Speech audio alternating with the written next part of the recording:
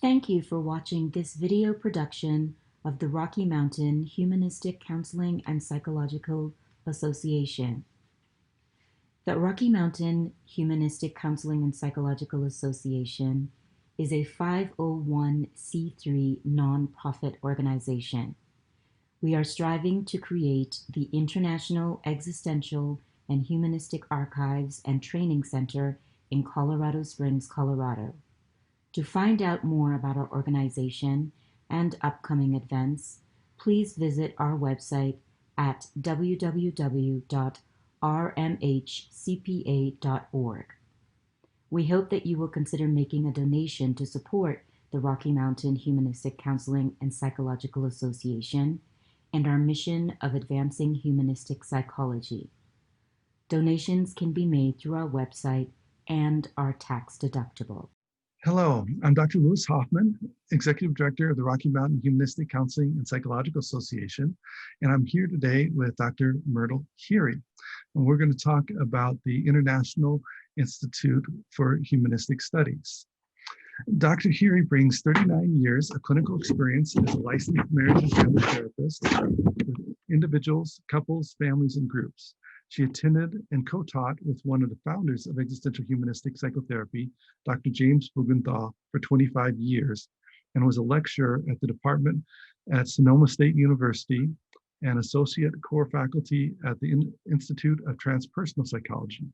She has chaired and been a committee member of many outstanding doctoral dissertations focusing on existential, humanistic, and transpersonal psychology. She is presently the director and instructor at the International Institute for Humanistic Studies, offering trainings focused on the application of mindful existential humanistic psychotherapy both nationally and internationally. The International Institute for Humanistic Studies is an APA-approved CE provider for in-person and online workshops. She is the first female recipient of the Rollo May Award in 2017 for independent and outstanding pursuit of new frontiers in humanistic psychology. She was honored as one of 5 outstanding women contributing to the field of humanistic psychology at the annual conference of the Society for Humanistic Psychology in 2012. She has spoken at numerous national and international conferences, including in Beijing, Shanghai, Moscow, St. Petersburg, Vancouver, Edmonton, Mexico City, Zurich, and London. Her publications include her significant study on inner voice experiences in the Journal of Transpersonal Psychology and her first book, Awakening to Aging, Glimpses of the Gifts of Aging. She is the founder and director of Tonglin Press, publishing books on existential humanistic and psychology and other books that integrate psychology into the daily lives, inspiring and giving and receiving compassion and helping others. The books published here include Unearthing the Moment, Mindful Applications of Existential Humanistic and Transpersonal Psychology, and Awakening to Aging, the second edition. She has published chapters in textbooks and numerous articles in clinical journals on the use of the present moment with individuals and groups. Welcome, Myrtle. Wow, it's a lot. Yes, it's an impressive history. It's great to kind of remember all the things that you've done. It's been in so many different directions over the years. Yeah, it is.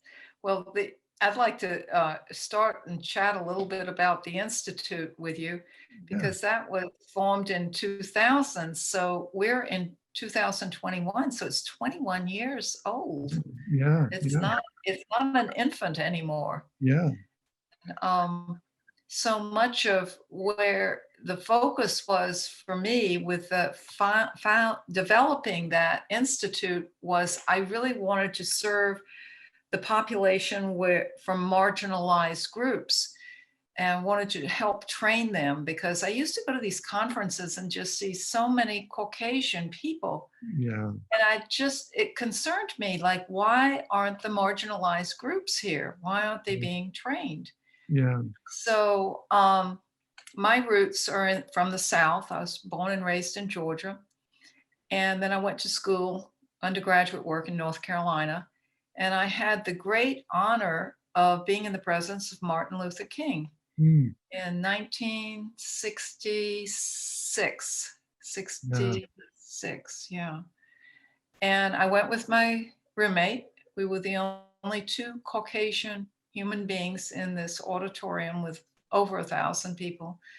And we're sitting up pretty near the front. And I, to this day, do not know how we got up so close to the front, but there we were. And he'd look around the room, he'd be doing his talk, and then he'd look directly at the two of us and he'd bellow into the microphone, "What are you doing with your life?" And then he'd go back to his talk, and then he'd come back, look at us and go, "What are you doing with your life?" Mhm. And I was like 19 years old. And I looked at my roommate and said, "We're passing, aren't we? We're making good grades. Why does he keep looking at us and asking us this?" And that became my focus after that evening. And I kept walking around the campus and asking myself, well, what am I doing with my life? Yeah. It was probably the first time anybody had asked me an existential question, right? From Yeah. MLK. Yeah. What are you doing with your life? And that it came from an African American profound leader asking me that awakened me. And it stayed with me for the rest of my life. And of course, I woke up, I marched, I did all kinds of things I quote unquote wasn't supposed to do. Yeah. And I woke up to not only memorizing and making good grades, but finding meaning in my life and searching for that. Yeah. So fast forward, when I was developing the Institute, I went back to this concept of what are you doing with your life, and making sure that the marginalized groups had a venue to do something with their life in the world of psychology. And not only psychotherapy, but in the courtrooms and in the social justices places. So over the past 21 years, we have trained, we in the beginning was Jim and I, and now I have some other students assisting me. But we've all trained people, not just in marginalized groups. We have diverse groups. We have Caucasians, every imaginable kind of people in the room, learning with each other and from each other, how to apply the concept of what are you doing with your life. Yeah. Yeah. And it's a big philosophical question. The existential part of humanism is philosophical. What are you doing? The gift of life is huge. Yeah. So someone coming into a clinician's office with a boyfriend problem, getting existential humanism psychotherapy is really getting, well, what are you doing with your life? Yeah. Yeah. Not just what are you doing with boyfriend, but how does boyfriend fit into the entire picture of your whole life? Yeah. So it really is framing it in the existential questions, which Martin Luther King really did when you saw him speak. And it's very, very familiar to a lot of the existential therapists that have said, how do you want to live? What are you doing with your life? Mm-hmm, mm-hmm. And the other piece that made a big imprint on me was one of Martin Luther King's, students, John Lewis, when he said, getting in good trouble, being in good trouble. Yeah. And that's what I feel like this model has provided in teaching young and middle-aged and even older clinicians how to get in good trouble Yeah. in doing psychotherapy. Yeah. Not just to listen to a client talk about how they don't like their job or they don't know what boyfriend or girlfriend to marry, but to ask them what they're doing with their life. Mhm. And to actually propel a transformation from inside themselves by using the relationship with the clinician. And that's what we teach at the Institute, is how to use yourself in the clinical hour. Yeah. So we have anywhere from 5 to 12 people in a training, not more. Mhm. And they get to know each other and they work on their own issues together, and they get very close. It's like a family, a very deep family. Yeah. And then they support each other through the trainings. And then after the trainings, we do consultation groups. They still support each other. I have a group now that's met for 21 years, and they only meet once a year now. But some of them do consultations individually with me, which is possible. but they definitely meet once a year. And now with COVID, we meet on Zoom, and sometimes we meet twice or three times a year with continuing education units, which is a plus once you're licensed. Mhm. But the rich relationships that we build are the actual relationships that are talked about in existential humanism, but Yeah. we live it. We don't talk about it, we live it. Yeah. In fact, right now in Texas, some of our trainees, there are 5 of them there, Mhm. they're going through this very drastic problem of no electricity. So every morning I pick up the phone, I call, I check on them, and I get going to crack my voice over this, but I love these people. Yeah. And one of them said to me the other day, she called me back and she said, "Gosh, I feel so much support and love. You've got our back." I said, "Listen, if you can get out of there, come be in my house." Mhm. And I mean that. I mean, we get very close and we are family and we have each other's back. And I'm sure they will make it through these very difficult times, but these are difficult. Yeah. And so you need people clinically to have your back through hard times and good times. Yeah. Yeah. And that, it's neat to hear you talk about this, communal, but also very personal way of learning that really embodies, I think, a lot of the existential values, but particularly that one of community, because a lot of people, they miss the importance of community and relationship in existential. They see the philosophy more readily than they see the community. But you've really built your training model around community and relationship. Yes, I have. And we used to, and we hope to in the future have the trainings where we rent a space and stay together in the space, which is wonderful. Or sometimes we go to one of the clinicians' office and then stay someplace else. But still, even if it's on Zoom, it's still community because we care. And part of the training is, how is your life personally? It's not just about cases, but how to bring your own personal life into the room with the client. Yeah. How is COVID affecting you? Mhm. And certainly, this is an existential moment for everyone with COVID. Absolutely. And our model is so applicable. The isolation, the apart of, the apart from, the feelings of what can I do, the choices you make, all of these constructs are so important to developing what do I want to do? How can I contribute? And so many of the students are contributing. They're doing free sessions for people, some of them not, but a lot of giving back through nonprofit organizations, which is really beautiful to see. Yeah. So I'm hoping that we're going to see in the long run a big change through COVID by emphasizing relationships that are healthy and beautiful. Yeah. Yeah. COVID's really shown us some of the weaknesses of the extreme individualism that's so prevalent in the United States. Right. Now, I don't want to make fun of evidence-based therapy. I think it's wonderful to have many, many cases that you can therefore say this happens if you do that. Yeah. But in this model, what I feel is far more important is how I impact the client in front of me and how I can teach another human being to be in front of somebody and have an impact on them, to inspire them to use their own inner guidance, their heart, their light to help other human beings. That's not a job, that's a passion. That's about making a difference in life. Goes back to what Martin Luther King asked me at age 19, what are you doing with your life? Yeah. Yeah. And you've got to awaken your own life and then awaken other people's lives. Yeah.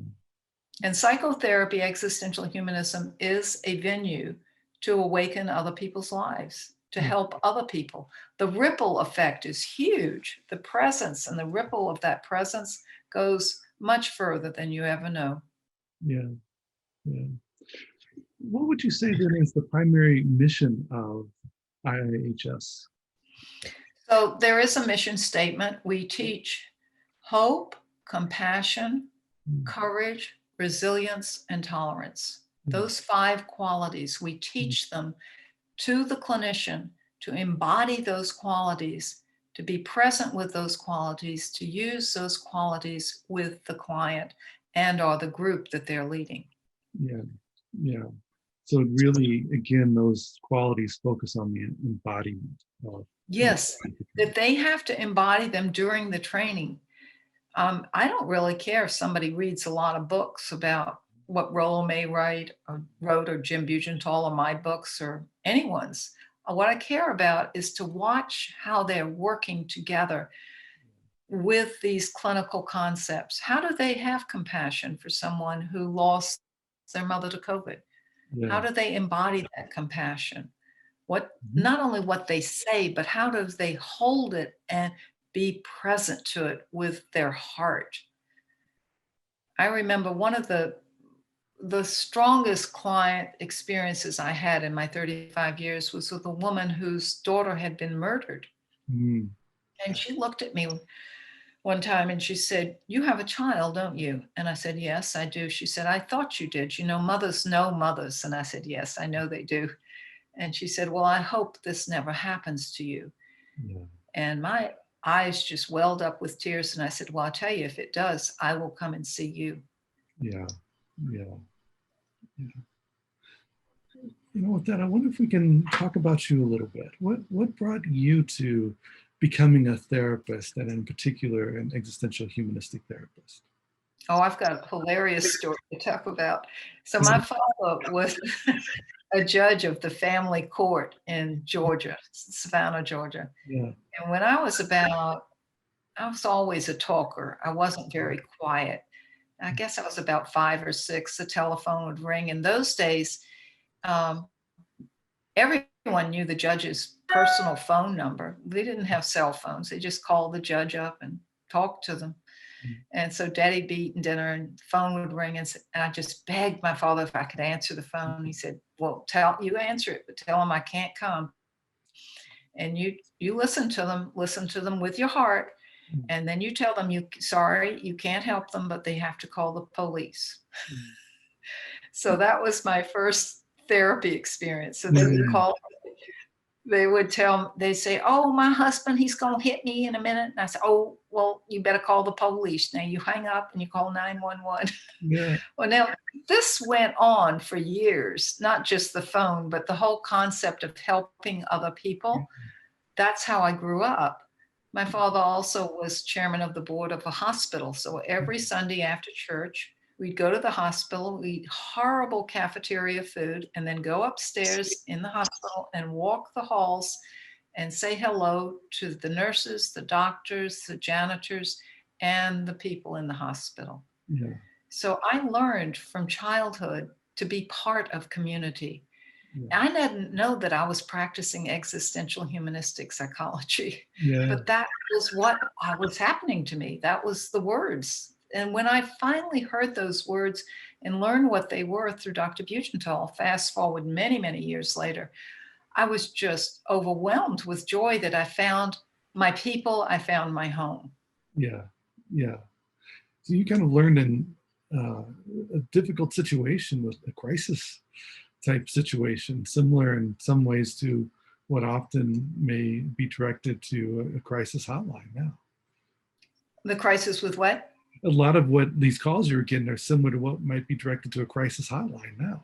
Yes, exactly. I was doing crisis hotline at age 5. Yeah.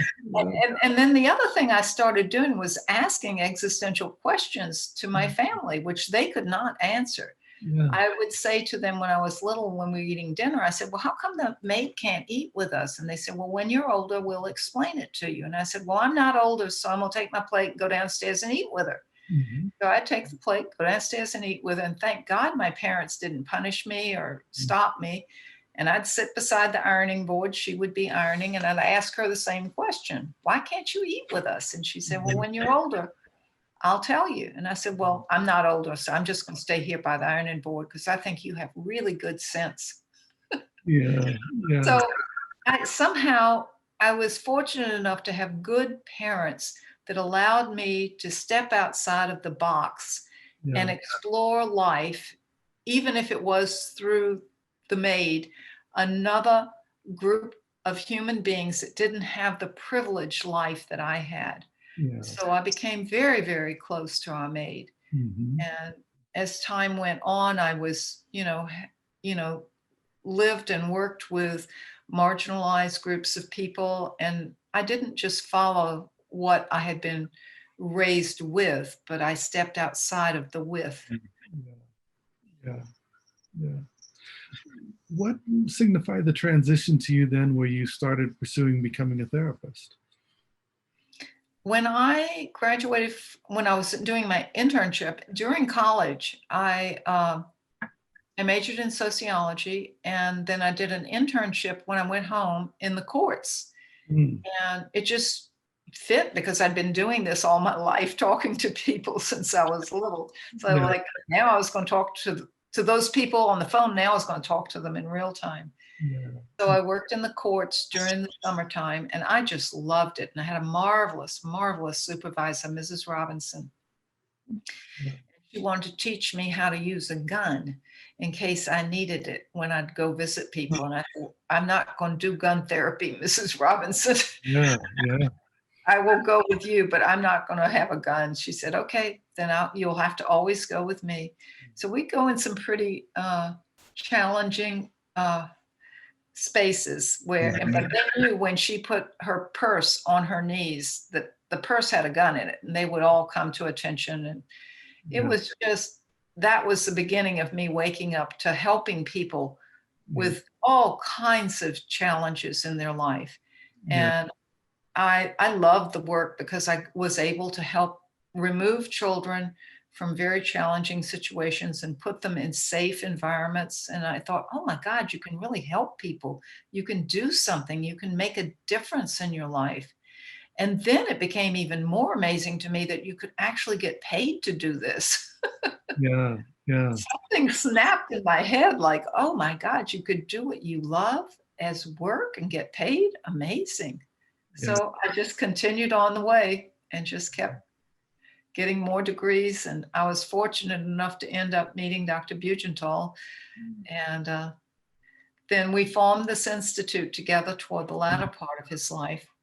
Yeah. And that was just a thrill to form the institute and start teaching people how to do what I love doing. And I had been nurtured since I was little to do it. So it felt like it wasn't just Dr. Bugenthal. I learned how to be a human being asking, what am I doing here? And what am I going to do with this gift called life?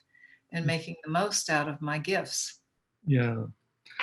I really appreciate how you're framing the way that existential psychology can be used in all these different settings. There's so often this kind of myth that existential humanistic psychology can only be applied in certain settings with people that have a little more privilege and insight and different things, and it's not applicable. But you've really applied it in different ways in a lot of different settings. I'm curious with the students that you've trained and have gone through the Institute, what type of work are they doing? That's the wonderful thing is I've done some trainings in Russia where they were working in the prison situations. They were working with homeless people. I've done trainings in America, Canada, Mexico, and all of the students are applying this. They're not just rich clients in a pricey private clinical office at all. I think of one of my students who used to be in a gang, and he's now a PhD psychologist, and he works with gang members, and he has lots of grants to go in and help not only the gang members, but the schools with the teachers and training the teachers to help the gangs. And he can work with a gang member like that. He knows their language. And when I was training him, I said, just use your own language. Don't pretend to be somebody else. Just be yourself. You've been there. You know what it's like. Just do it. Yeah. And he is doing a fantastic job. He's just one example of many people.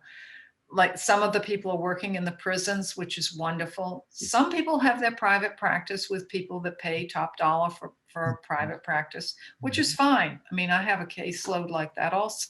But I always make sure during the fires in California, my institute offered free counseling, free phone counseling for those people who were in need with their houses burned down.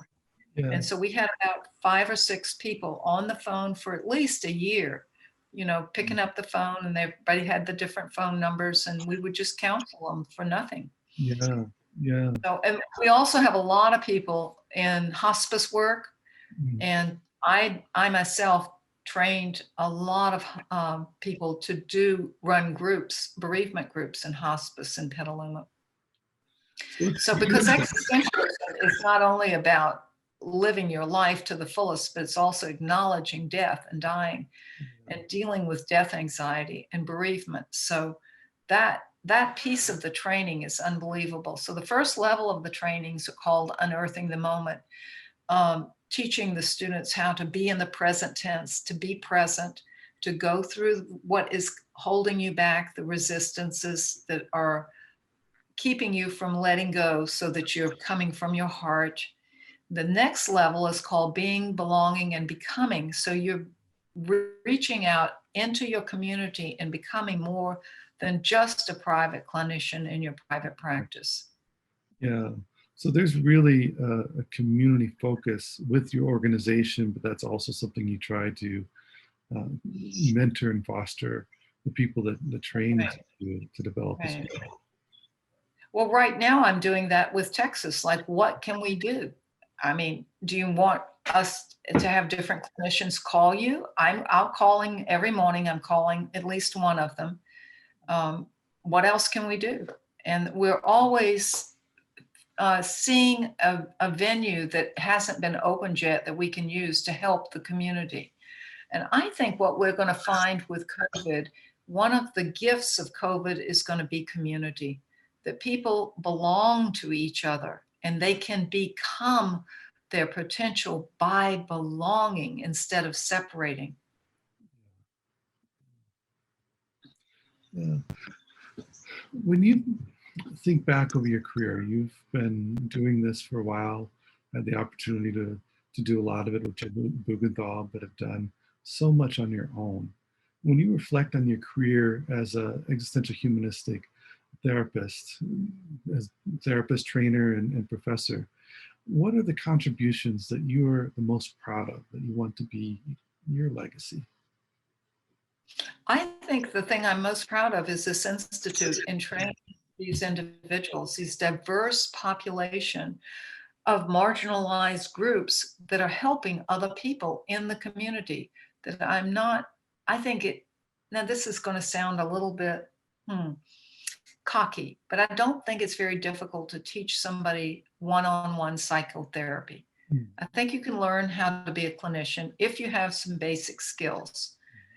I think what's really hard is to take your skills into the community and see how you can use them and to make a transformation where you live, the self and world construct, to make it part of the world that you live in. So I think that's been going to be my legacy, and I'm very proud of that. I'm proud of the fact that I can teach somebody to sit in an office with a client and help them and make them wake up to their life, not make them, but help them wake up and foster becoming more than they ever imagined by the inspirational relationship they have with the therapist. And when you close the door and you walk away from the one-on-one, what else can you do as a clinician with these skills? That's what I think is very, very important. And that's hopefully been one of my major gifts. Yeah. There's one more question I just have to ask from knowing you all this time, because one of the things that I just deeply appreciate about you is your sense of humor. You've got great compassion and caring and concern and all that, but your humor is an important part of the way that you teach, and also from what you shared, the way that you do therapy. What role do you see humor playing in life and therapy? Oh, I think it's essential. I learned that from quote unquote, the maid who was doing the ironing in my house when I was little. I said, how can you tolerate all this injustice? And she said, Missy, I laugh a lot from the bottom of my belly because you can't get too down. You got to do something about it, but you got to laugh. And just last week, she turned 91. I called her and wished her happy birthday. Yeah. And she was with me when I received the Rollo May Award because she lives in, I think you met her. Yes, She lives yes. in Washington, D.C. area. She's a tiny little lady. And we laughed together. And when I start laughing, I always remember her laughing about, and it's not making fun of the injustice because she did a lot to correct the injustice in her own world. But the laughter lightens you to go back to doing the work you need to do. You laugh and then you go right back in there and do something about the problem. Yeah. Yeah. Right? Yeah. I mean, sometimes with a client, they get too serious about whatever the issue is. And then, lightening up the issue, and then you go back and look at that issue with a different perspective instead of the same perspective. Why did that person do that to me? Why did they do that to me? Well, I don't know why they did it to you. We don't know this person really. Who knows why they did this to you? You're just focusing on this question. There's no answers, right? Yeah. And no matter how much money you give me, I'm not going to be able to tell you why they did this to you. So what are we going to do with it? And they usually laugh, and then we look at it from another side and take on more responsibility instead of blaming somebody else for their existence, but being responsible for their existence. So therapy, you use it some as a way to transition to helping look at things through a different perspective. Yes, to use the humor as from a different perspective and a wide lens. With a camera, you have a narrow lens and a wide lens. Sometimes in therapy, I feel like a client walks in with a narrow lens, and my job is to help them see their life with a wide lens. So to transition from this lens to this lens, you need humor many times. Yeah. And I'm not making fun of the issue, the concern. I'm helping them to lighten the concern so they can approach it with a new perspective. Yeah. Wonderful. Myrtle, it's great talking with you. I'm so glad that I had the opportunity to know so many of your students, me being one of them as well. And I know how deeply appreciated you are and the impact of the work that you've done, you personally, and also the institute that you founded. So thank you very much for everything that you've given to existential humanistic psychology, but also just the community and the world. And thank you for taking the time to be with us. So thank you very much. I look forward to seeing some of the people that watch this. Follow the Rocky Mountain Humanistic Counseling and Psychological Association on Facebook, YouTube, Twitter, and LinkedIn. To find out more information about our MHCPA, join our organization or sign up for updates about continuing education workshops and conferences. Visit our website at www.rmhcpa.org.